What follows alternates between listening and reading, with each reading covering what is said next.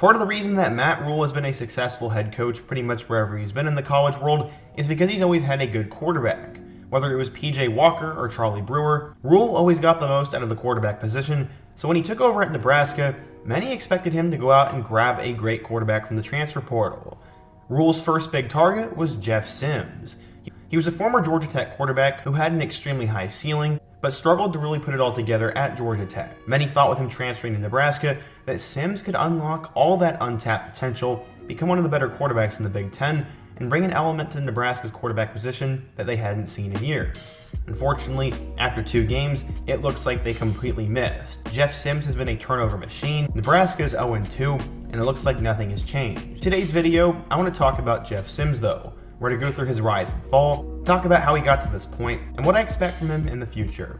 But before we get started, if you're a college football fan, quickly be sure to hit that subscribe button, leave a like if you want to support today's video, and let me know what player I should cover next.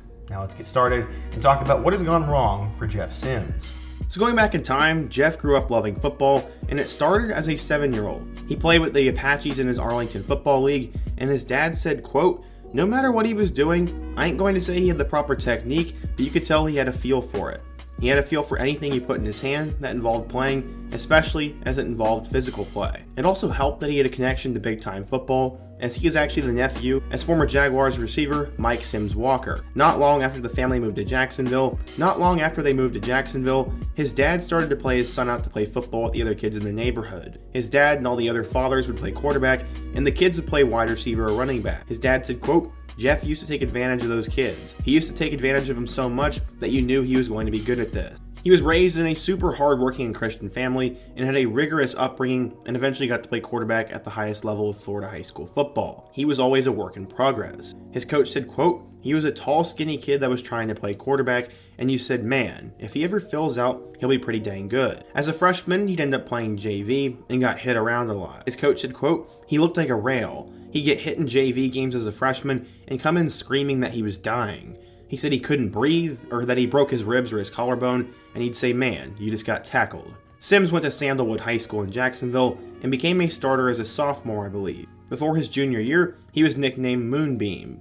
This was because he was always in a happy mood and was always smiling. At the time, Sims was just your average 3-star recruit, and eventually decided to commit to Willie Taggart in Florida State. As a junior, he threw for 1,442 yards, 12 touchdowns, and 5 interceptions. He also ran for 212 more yards on the ground. Sims' recruitment seemed to move pretty quickly, as he committed a week after he was initially offered. He said he was ready to play a huge role for Florida State, and he was Taggart's first quarterback commit. Jeff said, quote, "Taggart told me he wants me to be the alpha dog of this class, and I'm trying to build this class up. I'm trying to get kids to join our family and the right people for our program." This was a dream come true for Jeff, as apparently his coach said it was his dream school and that he was a Knoll through and through. When he got offered a scholarship, he was ecstatic and shut down his recruitment after his commitment. As a senior at Sandalwood, Sims ran for 752 yards and 9 touchdowns, while throwing for 14 touchdowns and 3 picks. But eventually, he decided to change things up. He said after much prayer and thought, he felt it was in his best interest to decommit from Florida State. He said Florida State would still be an option for him, but he was reopening his recruitment. His high school coach said that FSU wanted to go in a different direction, and that you can't fault the Seminoles for it. It came because they dismissed head coach Willie Taggart, and 3 days after Mike Norvell was hired. Did that mean that Mike Norvell didn't want Sims, or did Sims not want to play for Norvell? That I don't know, but the next day, Jeff Collins drove down to Jacksonville to see Jeff, and this made a huge impact on the next stage of his recruitment. 18 days before Taggart's dismissal, Sims took a visit to Georgia Tech for their game against NC State, and at the time he was still committed to Florida State without knowing who would be the next head coach. Jeff said, quote, "Georgia Tech didn't ask us to be a commitment. They just wanted us to come in and check it out, and we had no intention of going to Georgia Tech. We took a chance and went to see the school. We had a great visit, Coach Collins did an awesome job, and it was something we didn't expect, and we came away from the visit thinking there was a strong possibility that Jeff could end up there." When the Yellow Jackets coaches met with Jeff, they laid out a specific vision for the program and planted a seed for a potential change of heart in his college destination. He still wanted to be a Knoll, and he actually gave Norvell a pretty good chance. He said his meeting with Norvell was not as negative as people put it, and that Norvell was a respectful, polite, stand-up guy. But apparently, Norvell doesn't like to play true freshman right away, and said he would play the best guy, and maybe that scared off Jeff. When it came time to finding another school, his coach put in calls to UCF and Penn State, but their scholarship allotments were already full, but Coach Collins came up the next day. Eventually, the writing was on the wall, and he decided to commit to Georgia Tech over Maryland, Auburn, and Michigan. He started to catapult up recruiting boards, and was only behind Haynes King, Hudson Card, and Bryce Young according to ESPN. This was the biggest QB signing in Georgia Tech history, as according to 24/7 Sports, he was a 4-star recruit, the number 10 dual threat quarterback, and the 223rd best player in the class of 2020. So, how would he end up doing in Atlanta? When Sims would arrive at Georgia Tech, there was immediate hype for him to start. He'd eventually beat out James Graham, Jordan Yates, and Tucker Gleason for the starting role, and would become the Jackets' first freshman quarterback to start a season opener since 2003, and the second to ever do it in program history. Ironically, his first start would come against Florida State, and he'd get a chance to make history early on. In that game, Sims would throw for 277 yards, 1 touchdown, 2 interceptions, and ran for 64 yards. They beat the Noles 16-13, and this was a big deal. He overcame 2 first-half interceptions, rallying them from a 10-point deficit to an upset win. His dad said, quote, "I knew Jeff was going to be ready for it. I just wanted him to respect his position and the responsibility that was on his shoulders. I wasn't fearful of that moment being too big for him or that he'd be cocky. I just wanted him to keep his composure throughout the game." So how'd he end up doing from there? Well, he had 2 total touchdowns and a loss to UCF before his worst game of the year, where he had 4 interceptions and a loss to Syracuse. He would bounce back though, as he had 3 combined touchdowns and a win over Louisville, before he'd struggle against both Clemson and Notre Dame, who were just a lot better.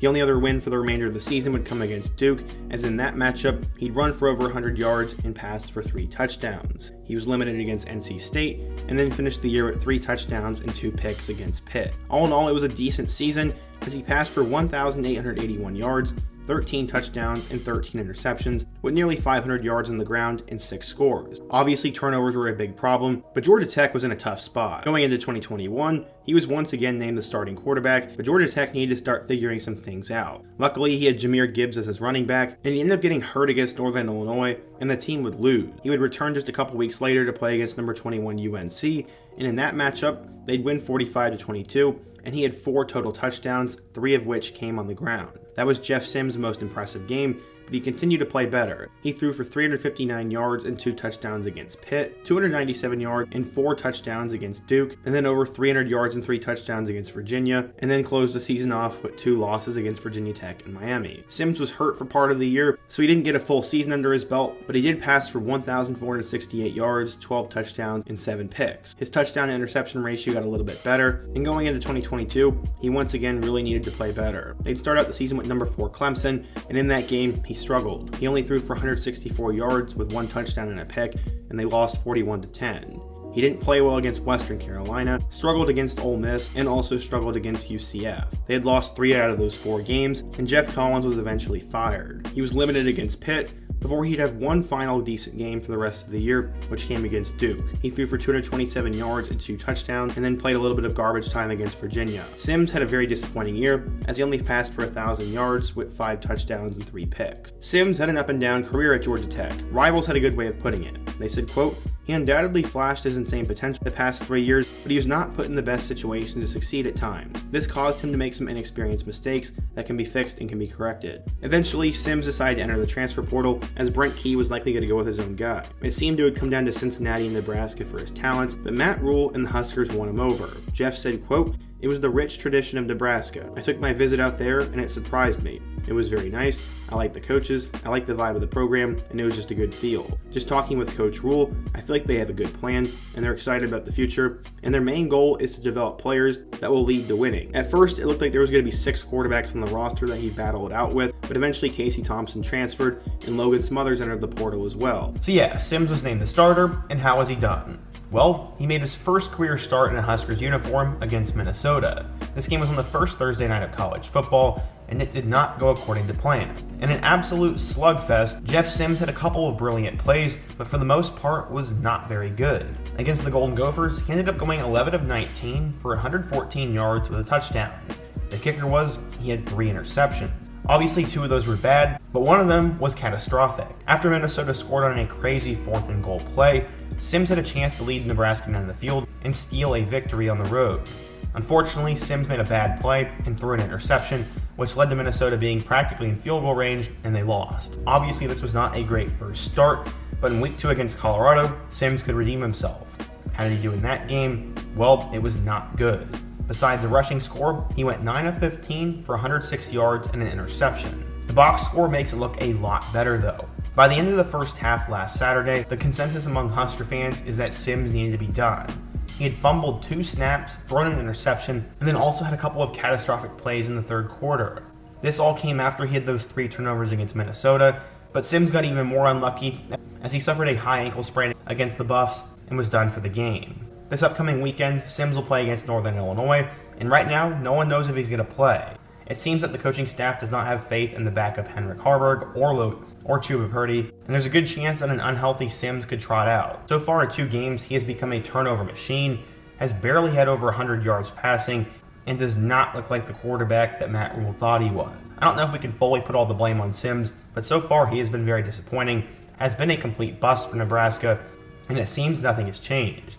But what do you guys think? If you're a Nebraska fan, what has gone wrong for Jeff Sims? What the heck needs to happen at the quarterback position? And what other player in college football has been a disappointment that I can take a look at next? Be sure to let me know your thoughts down below. Leave a like if you're going to support today's video, subscribe if you're new, and check out all of the videos on the end screen. Hope to see you guys again soon, but until next time, peace.